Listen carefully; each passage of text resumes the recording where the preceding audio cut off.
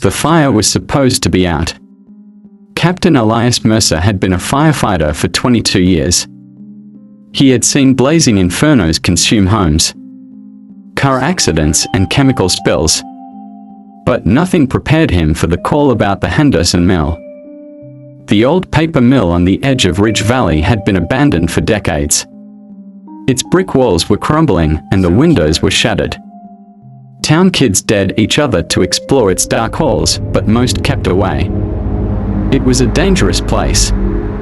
At 2:03 a.m., the 911 call came in. Smoke was pouring from the mill.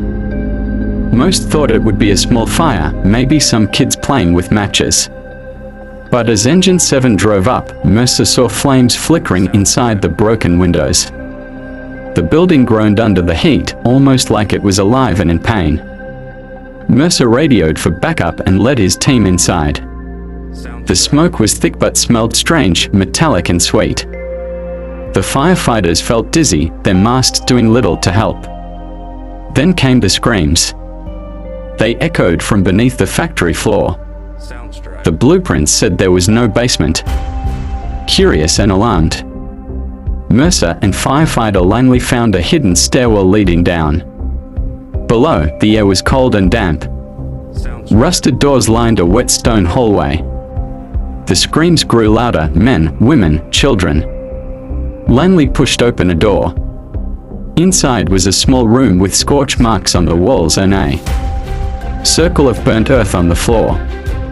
An old firefighter's helmet sat in the center. Mercer touched it, it was warm. He looked up. Langley was gone. The silence that followed was thick and oppressive. Radio static buzzed in his ear. Mercer shouted Langley's name but heard nothing back. Panic set in as he searched every door. When he returned upstairs, the fire and smoke had vanished.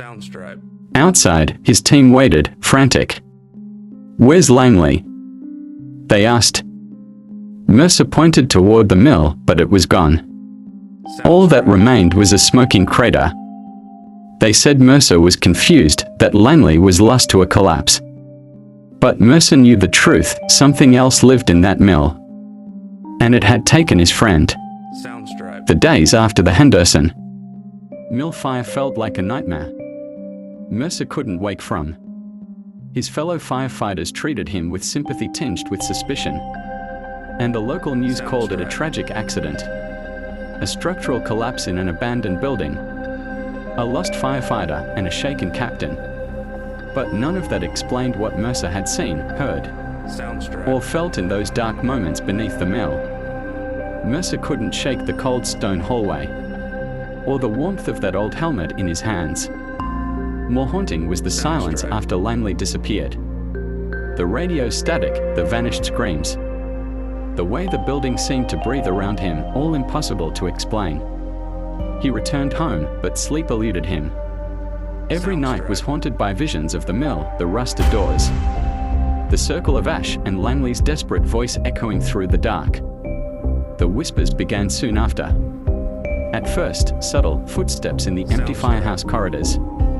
The soft clinking of equipment moving on its own. Shadows flickering in the corners of his eyes. Then the voices, faint, distant, calling his name. "Cap, help me." He kept these things to himself, fearing the crew would think him broken. But one night, the firehouse's old radio crackled. Alive at 2:13 a.m. Mercer was alone, reviewing the mill's blueprints when a familiar voice whispered over the static. "Cap, I'm still down here." The hair on the back of his neck stood up. He grabbed the microphone. "Langley, is that you? Where are you?" Only static answered. Mercer's hands trembled as he dropped the radio. The silence returned, thick and suffocating. That same night, ash-like footprints appeared on the firehouse floor near his locker. They were wet, cool to the touch, and vanished by morning. Tools misplaced themselves. Radios turned on with no command. The crew noticed, but no one dared speak aloud, the fears growing in the shadows. Mercer's research into the mill deepened. He dug through city archives, old newspapers, and town records. Each discovery added another layer of dread. In 1946, a firefighter named Thomas Whitman responded to a fire at the Henderson Mill and vanished without a trace. No bodies found. No clues. Just a silent building afterward. In 1971, 3 firefighters entered during a blaze. All disappeared. The official report blamed a sudden explosion, but locals whispered about something darker. In 1989, another disappearance. Each time, the official investigations were limited and quickly closed. The truth buried beneath layers of bureaucracy and fear. Mercer's obsession grew. He wanted to understand what haunted the mill, what had taken Langley, and if the voices he heard were warnings or calls for help. One stormy evening, Mercer stood before the crater where the mill had been. Rain soaked his gear as he stared into the blackened earth. The wind whispered around him, carrying faint echoes of the past. Mercer's boots echoed on the damp stone floor as he moved further into the darkness beneath the mill. The air was heavy with a metallic tang, sharp and sickly sweet, and every breath felt thick, as though he were inhaling smoke that wasn't there. He held his flashlight steady, but the beam trembled in his grip. The walls around him were slick with moisture, covered in strange marks and scratches that looked almost like symbols, but too crude to be human writing. The screams came again, louder this time, a chorus of agony and pleading that pierced the silence and gripped Mercer's heart. His pulse hammered in his ears, but he forced himself onward. He reached a large chamber, its ceiling arched with rusted iron beams. The floor cracked and blackened. In the center, a circle of scorched earth matched the one he had seen before. But here, the ashes still smoldered faintly, a dull red glow pulsing like a heartbeat. Mercer's skin crawled. Something was alive down here. Something waiting. Suddenly, a cold gust blew through the chamber, snuffing out his flashlight. Darkness swallowed him whole. The radio on his belt crackled to life. Cap. Cap. Help. The voice was weak, strained. Langley. Mercer fumbled with the radio, pressing the button. Desperation flooding his voice.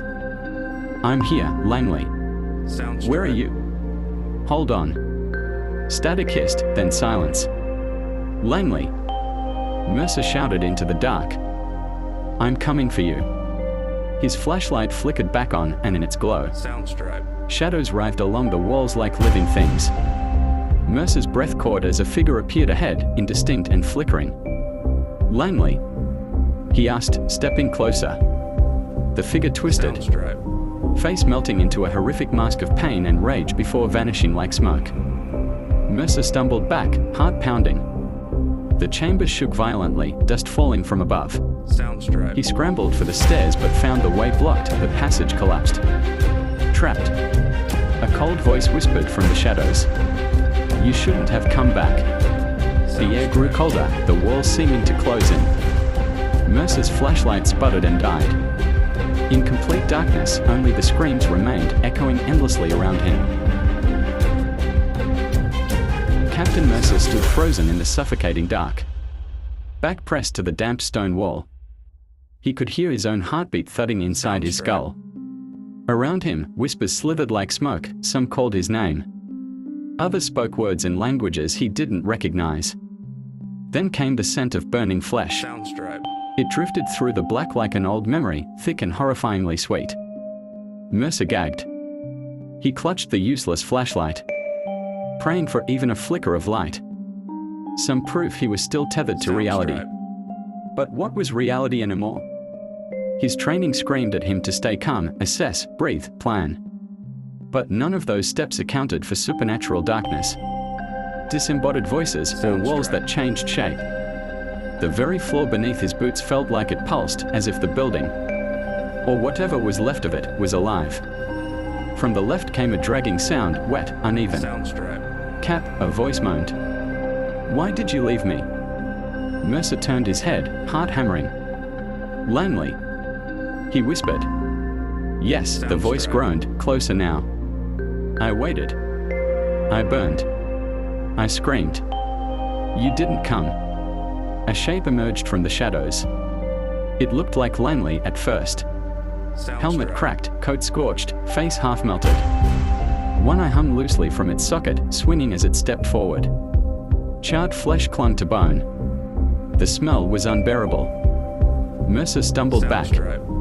You're not real. The creature's face twisted into something that might have once been a smile.